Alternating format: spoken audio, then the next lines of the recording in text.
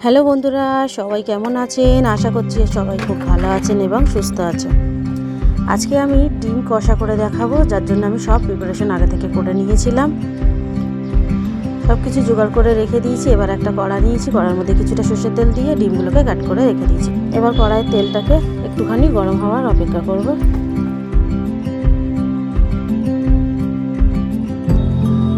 তেলটা গরম হচ্ছে দেখে নিন। এখানে 4টে ডিম নিয়েছি, টমেটো কেটে নিয়েছি বড় সাইজের, আর 2টো বড় সাইজের পেঁয়াজ কেটে নিয়েছি।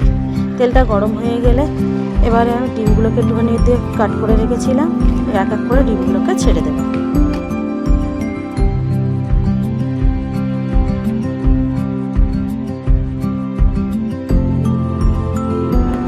ডিমগুলোর মধ্যে একটুখানি হলুদ গুঁড়ো দেবো, এটা শুধু কালারের জন্য, আপনারা চাইলে নাও দিতে পারেন।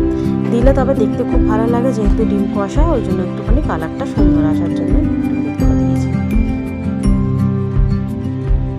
ডিমের কালারগুলো খুব সুন্দর হয়েছে, এক এক করে আমি সব তুলে নেব। ওই তেলের মধ্যে আরেকটুখানি সরষের তেল দেবো, দিয়ে কুচিয়ে রাখা পেঁয়াজগুলোকে দিয়ে হালকা নেড়ে চেড়ে নেবো। নিয়ে ওর মধ্যে টমেটোগুলোকেও দিয়ে দেবো, দিয়ে একটুখানি আদা রসুন দেবো। আদা রসুনের পেস্ট 1 চামচের করে দিয়ে দেবো। দিয়ে মশলাটাকে ভালোভাবে কষতে দেবো। মশলাটা কষানো হয়ে গেলে এখানে আমি এক এক করে গুঁড়ো মশলাগুলোকেও দিয়ে দেবো। প্রথমে একটুখানি লঙ্কার গুঁড়ো দিয়েছি, তারপর একটু হলুদ গুঁড়ো, তারপর 2টো কাঁচা লঙ্কা চিড়ে দিয়েছি বা ভেঙে দিয়েছি। এর মধ্যে একটুখানি জিরে মরিচের গুঁড়ো দিয়ে ভালো করে নেড়ে নেবো। তলায় যাতে লেগে না যায় আমি একটুখানি জলও দিয়ে দিয়েছি, আপনারা দেখতে পাচ্ছেন। মশলাটাকে ভালোভাবে কষিয়ে নেব যতক্ষণ না তেলটা উপরে উঠে আসছে। তেলটা রিলিজ হলেই আমি মশলাটাকে কষিয়ে নিয়ে একটু জল দিয়ে দেবো। দেখতে পাচ্ছেন তেলটা রিলিজ হয়ে গেছে। হয়তো আপনারা খেয়াল করেছেন এই রান্নার মধ্যে এখন আমি লবণ দিইনি। এবার আমি এই লবণটা দিলাম, যার কারণে আমি লবণটা দিইনি যাতে তাড়াতাড়ি মশলাটা গলে যায়।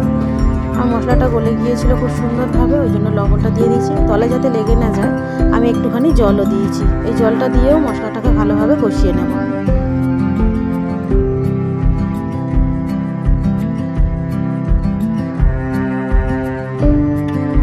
মশলাটা খুব সুন্দরভাবে কষানো হয়ে গিয়েছে। আমি এবারে একটুখানি জল দিয়ে দেবো, যতটা জলের দরকার, কারণ এতে একটুও ঝোল থাকবে না, সেই হিসাবে একটুখানি জলটা খালি দেবো তরকারিটা একটুখানি গ্রেভি করার জন্য।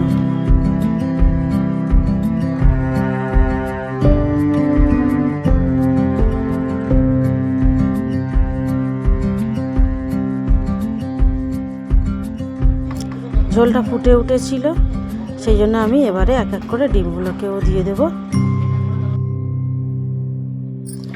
আমার রান্নাগুলো ভালো লেগে থাকলে প্লিজ আমার চ্যানেলটাকে সাবস্ক্রাইব করবেন আর লাইক করতে ভুলবেন না। আর কি কি রান্না দেখতে চান অবশ্যই কমেন্টে জানাবেন।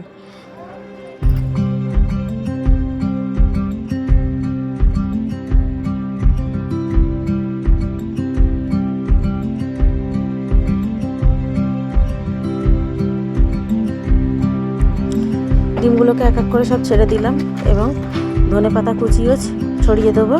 দিয়ে হালকাভাবে নেড়ে চেড়ে একটুখানি ঢাকা দিয়ে রেখে দেবো। এখানে 3 থেকে 4 মিনিটের মতো ঢাকা দিয়ে রেখে দেবো।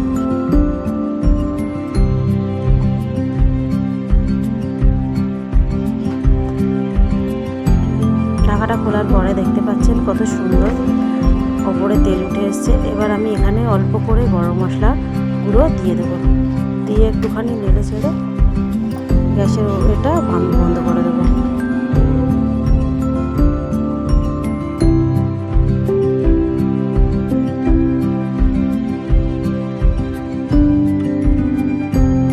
দেখতে পাচ্ছেন ডিম কষাটা কি সুন্দর দেখতে হয়েছে, কত লোভনীয়। আপনি এটা গরম গরম ভাতের সঙ্গে খেতে পারেন, খুব ভালো লাগবে। Thank you.